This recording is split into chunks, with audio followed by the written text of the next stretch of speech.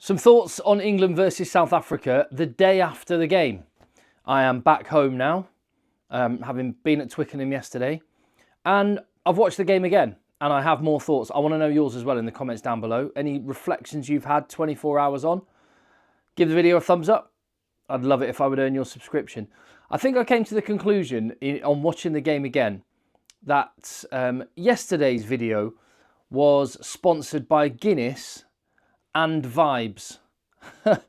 I had a great time, and I think that's the point. I got caught up in the whole occasion at Twickenham. Very different when you watch it on television. Also, obviously different when you watch it on TV and you know the result. But really interesting perspective. And I guess first and foremost, I'm taking that as a good thing, because there have been times when I've gone to games where when you have the faff of getting there, the cost of the tickets, because it's not cheap. Going to international rugby, I don't know about elsewhere in the world, but I think it's expensive everywhere, but Twickenham especially so. Let me tell you, it's not cheap. So, you know, the faff getting there, the cost of it, and, you know, sometimes how hard it can be getting away from grounds and getting back home. It can turn into a long day. Sometimes I just kind of go, oh man, I just want to watch it on the telly. It'd be so much easier. Yesterday was one of those days where actually I got caught up in the whole occasion, and I loved it. And I take that as a real positive. The whole occasion was brilliant. And I'm sure the people coming away from the Stade de France in Paris were saying exactly the same. And that's a good thing for international rugby, that it's putting on some spectacles that are really enjoyable to watch. But it definitely coloured my feeling about the game being in the bowl there in the stadium versus watching it again on the telly. And I think probably there's nothing that captures that better than the body language of the Springboks at the full-time whistle. Very muted celebrations. Not that they were unhappy. I mean, any win at Twickenham is a good win. But there was a slight air of frustration I felt in the fact they hadn't managed to put a game together. And when you put that together with the game at Murrayfield last week, where again, really convincing win, with an almost completely changed team, starting 15 at least, and the fact that South Africa are winning games and still feeling a bit frustrated at the manner of the performance and feeling that they can get a lot better, it's probably quite an ominous place for the rest of the world to be. But I also understand that perspective, having come away from the game. And certainly on second viewing, there's more frustration surrounding England than there was at the time. I felt a lot of positives. I still do feel some of those positives, and I'll go into all of those in a minute. I felt quite a lot of positives about England in that performance. And again, more evidence that we are not far away. But I guess, just on watching it again, although this is actually how I felt during that second half, to be honest, even when England went back ahead, 2019, never really thought England were going to win. I thought we might get ourselves close and give ourselves an opportunity to squeak it, but never quite felt we were going to win. And that trend continues of gallantly losing, or to a degree, and this is what I've identified more on the second viewing, self-imploding a little bit. So lots to talk about. Excuse me, big picture. Steve Borthwick was asked about his future following the game. That's going to be one of the narratives that come out of this. How safe is Steve Borthwick's job? Should he be removed? I think the one question you've got to ask yourself is, okay, let's just say got rid of Steve Borthwick. Who takes over? And how much better do you think it's going to get? Because there's quite a lot of things going on the pitch that I would say are nothing to do with the coach. And I'll come on to those. And for what it's worth, I think, you know, the English RFU spent so much money getting rid of Eddie Jones and all his backroom staff, and acquiring Steve Borthwick and all his backroom staff. And now we're paying Felix Jones for the next however many months to sit on his backside and do very little. That I don't think there'll be the money or the will to do it again. And there is lots of time before the next World Cup. So I don't think that's an issue. And I actually wouldn't be calling for Steve Borthwick's head, because I do have mixed feelings about where England's problems lay. And not all of it is at the coach's feet, in my humble opinion. First 5 minutes, for example, absolutely spot on from England, wasn't it? There was variety, there was the box kick, there was the crossfield kick pass, there was brilliant use of the blind side. Marcus Smith dropping back in the pocket, looking like he was going to do a drop goal and then darting to the blind side. Henry Slade, Ollie Slight home, try. What a start for England. And there were so many moments where there was a spark. And yes, a lot of it was coming through Marcus Smith. But generally speaking, there was speed of ruck ball all of a sudden. There was variety in the way that they were playing. And you started to think, okay, well, this is a bit of an identity I can get behind. And that's... England have done this quite a lot now. It's almost like, excuse me, Steve Borthwick set his team up. They've gone out there and done what they've practiced. And then it's fallen apart. And some of that can come back on the coach. Partly when you think about things seem to fall away in the last 20 minutes. And the bench is rubbish for England, I'll say that. But some of it is individual errors. And players that should know a lot better.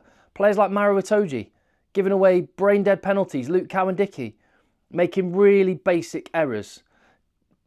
Individual defenders missing tackles they should not miss. Yes, there's system errors going on there, and that comes back to the coaching staff and all the issues about Felix Jones going and someone else having to take his shoes and turn and put his new system in really quickly. So I get all that, but there was lots of good stuff in attack. What I cannot get my head around is how much opportunity England had in the final quarter and just blew it.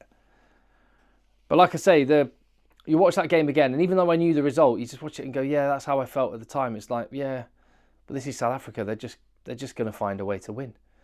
And that mentality they've got is amazing. Just staying on England for a second.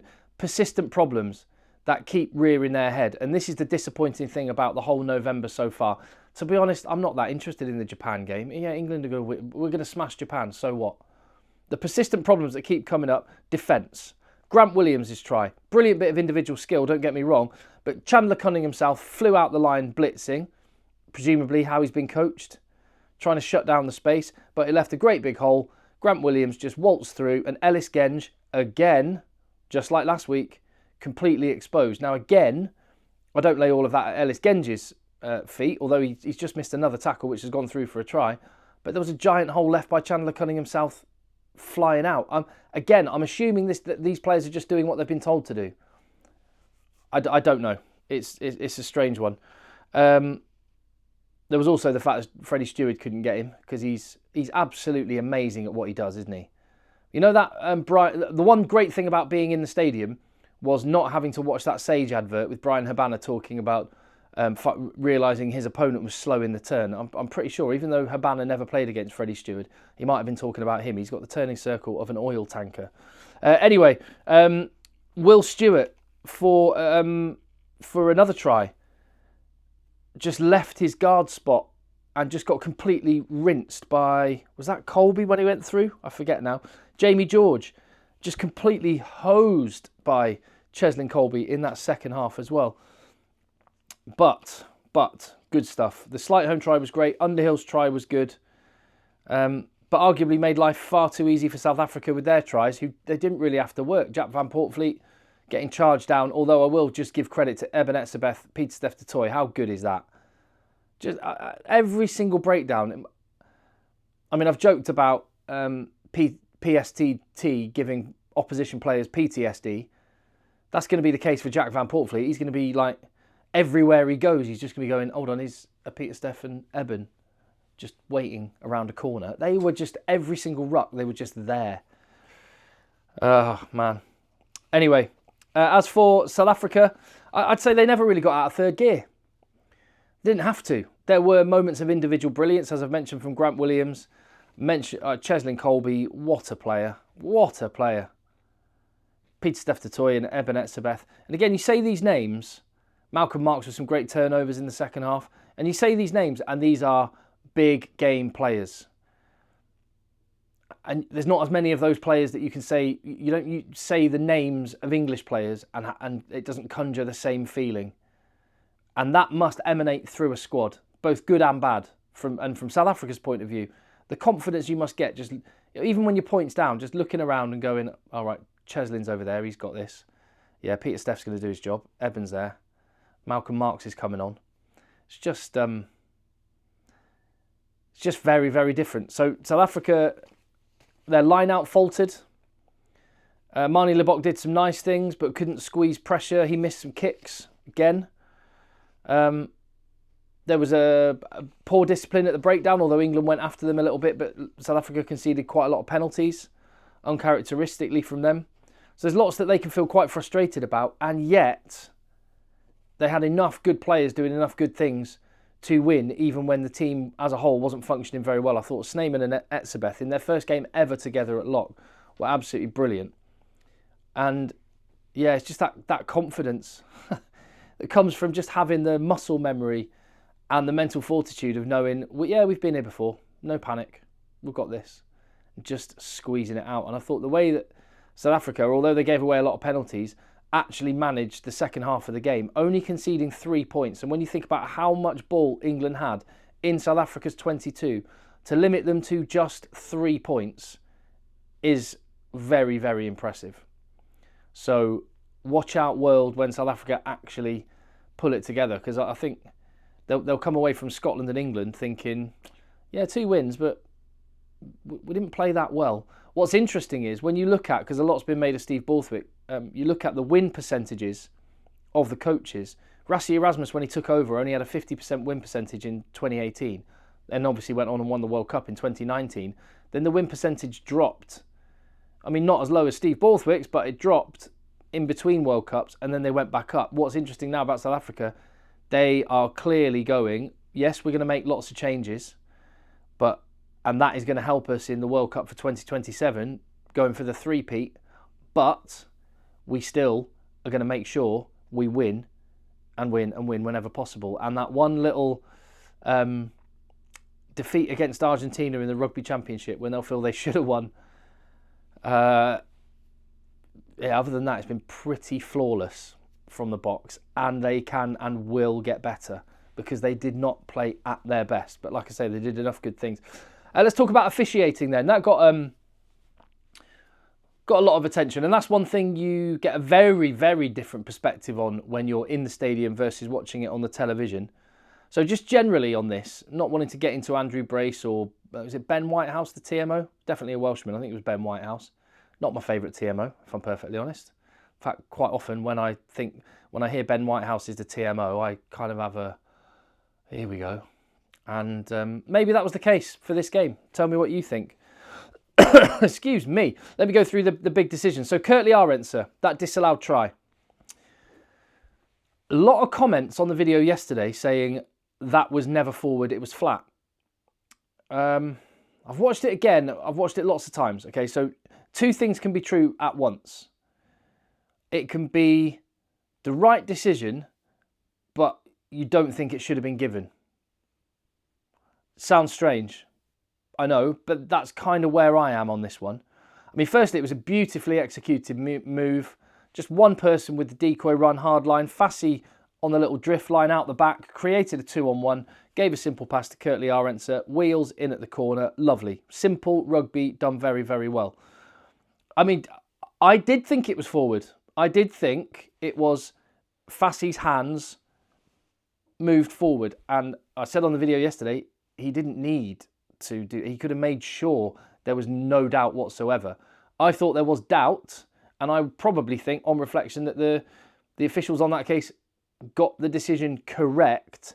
But the bigger conversation about TMOs, assistant referees, the assistant referee was right there on the touchline. Chris Busby, was it? He was right there on the touchline, level with the pass, and he didn't give it.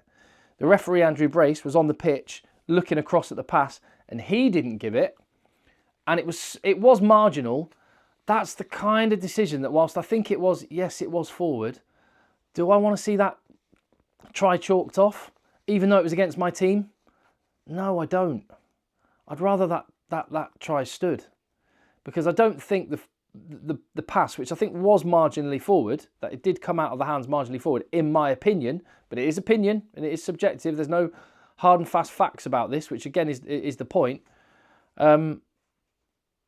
I just don't know. I just think you lose a bit of spectacle when you do that. And it's a little bit like with football, soccer, whatever you want to call it, the VAR decisions, the video referee.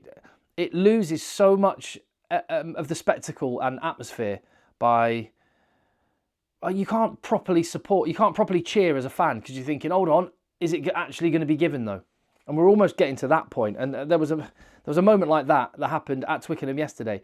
Mate, I'm going to do a video of my day at Twickenham, and I don't know, I haven't checked the footage on my phone, but this might come across. I went ballistic with like joy when Henry Slade scored. I was, and people around me were going nuts. And then, well, then the TMO came and pissed on my chips. And was it the right decision? Yes, Maro Itoje did do a neck roll, and the most frustrating part of that was he didn't need to. Malcolm Marks had had a dabble at the ball. Maro Itoje had done his job of lifting him off it. Competition over. He didn't need to do it. So it was the right decision, but I also don't like that it was done. And I don't know what the right balance is. I'm coming up with problems, not solutions here. I just know that I don't. It happened in the Ireland game. That try, was it that Argentina scored end to end, and then it came back 90 metres and about a minute and a half later for a penalty that was right at the other end of the pitch. And it just leaves a bad taste in the mouth.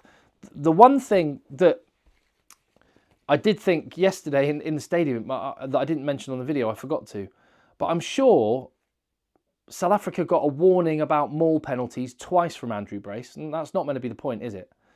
Right, you're on a warning now. Any more, and it's a yellow card. Do it again.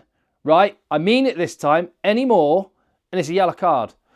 But all of that said, one thing I do, and I've talked about the officials now, and I'm more talking about how the TMO and how that process makes you feel, not about whether the decisions were right or wrong, because I think in both cases, the two disallowed tries were both correct decisions. Just don't like how it affects the spectacle of a game. But, you know, maybe we can't have everything. But talking about the officials, that in no way affected the result at all. England had the opportunity to beat a slightly subpar South Africa team, and they completely blew it. I mean, just self-imploded. When I think about it, 56 minutes, England got several penalties, and then Will Stewart just goes off his feet, just completely ruins England's attacking momentum, completely avoidable penalty. He had 3 or 4 penalties against him on his own. Handré Pollard wins the crossbar challenge, gets the 3 points. And on that, by the way, the box bench makes an impact. Malcolm Marks coming on was massive. Handré Pollard coming on was massive. Reinach was good when he came on. But England's bench is, I was going to say rubbish. No, it is. It's not doing what an international bench needs to do now. So that's one area where we surely we can solve that. That would, in fact, that might have meant, it could have meant, I'm not saying it would have, but it could have meant, maybe would have meant England had 1 win, maybe 2 wins, possibly even 3 wins out of this November, just purely by thinking about your bench in a completely different way. By getting a guy like Ted Hill or Tom Pearson or Tom Willis on your bench, someone who's actually going to go and end some people rather than Alex Dombrandt, who, if you want to play him, start him. Otherwise, no. Nick Ezekwe, really? So, yeah. Anyway, I don't want to get down on it, because it was a really, really good game, and I think the most telling stat of all was the fact that the points per entry into the opposition 22, South Africa were at like 3 point something, and England are at 1.1, I think, points per entry into the 22, which is just not good enough. How much of that comes down onto the coach? Well, as I said, in some respects, yes. The defensive system, yes. The bench, yes. And those 2 things have cost England big time this November. But I do think there's enough there that means we shouldn't hit the panic button yet. And the box, well, watch out Wales, because if they want to finish this year with a performance worthy of double world champions, you better watch out. Because if they can beat England and Scotland relatively comfortably without getting out of 3rd gear, if they hit 4th or 5th gear, or if there is a 6th gear or a turbo or whatever the case may be in Cardiff, Wales, you could be in trouble. And they're probably going to do that whilst completely changing their team again, which is amazing. There you go. Anyway, some more thoughts following the game. I thought player-wise, Cheslin Colby was just next level. I thought Dialende was crazy. I mean, to bust through a tackle on Ben Earl and Henry Slade to set up that second try for Colby was immense. What an absolute specimen that guy is. Sneyman and Etzebeth, so good. Who else do I think was good? Hondre Pollard, when he came on, was class. I think Sasha and Hondre just feels like a nice little partnership, doesn't it? And Marnie as your little, if we need you, Marnie, if you need you, but we'll keep you in the garage undercover if we need you. Sasha FM with Hondre Pollard as the insurance policy. That's dynamite. For England, Chandler Cunningham South played 80 minutes. That's a bonus. I think he's only played 2 80-minute matches in top flight competition in his whole career. So that was good for him. Marcus Smith, obviously. Everything good about England this November has come through him. Scrum, we did okay. Not great. Line out, we got into South Africa. Yeah, maybe I'm in the minority of kind of going, no, let's see what we can do with Steve Borthwick. I'll still give him more time. I think the players we have aren't that great, but at least I'd rather go down on my feet rather than on my knees. Let's just have a go. Let's have a go. Right, there's my thoughts. Absolutely love my time at Twickenham. Thank you very much for your support on the channel. I really appreciate it. I met so many people who watched the channel yesterday at Twickenham. It blew me away a little bit. And I'm very, very grateful for it. So thank you. I'd love your comments down below. And I'll see you on the next video.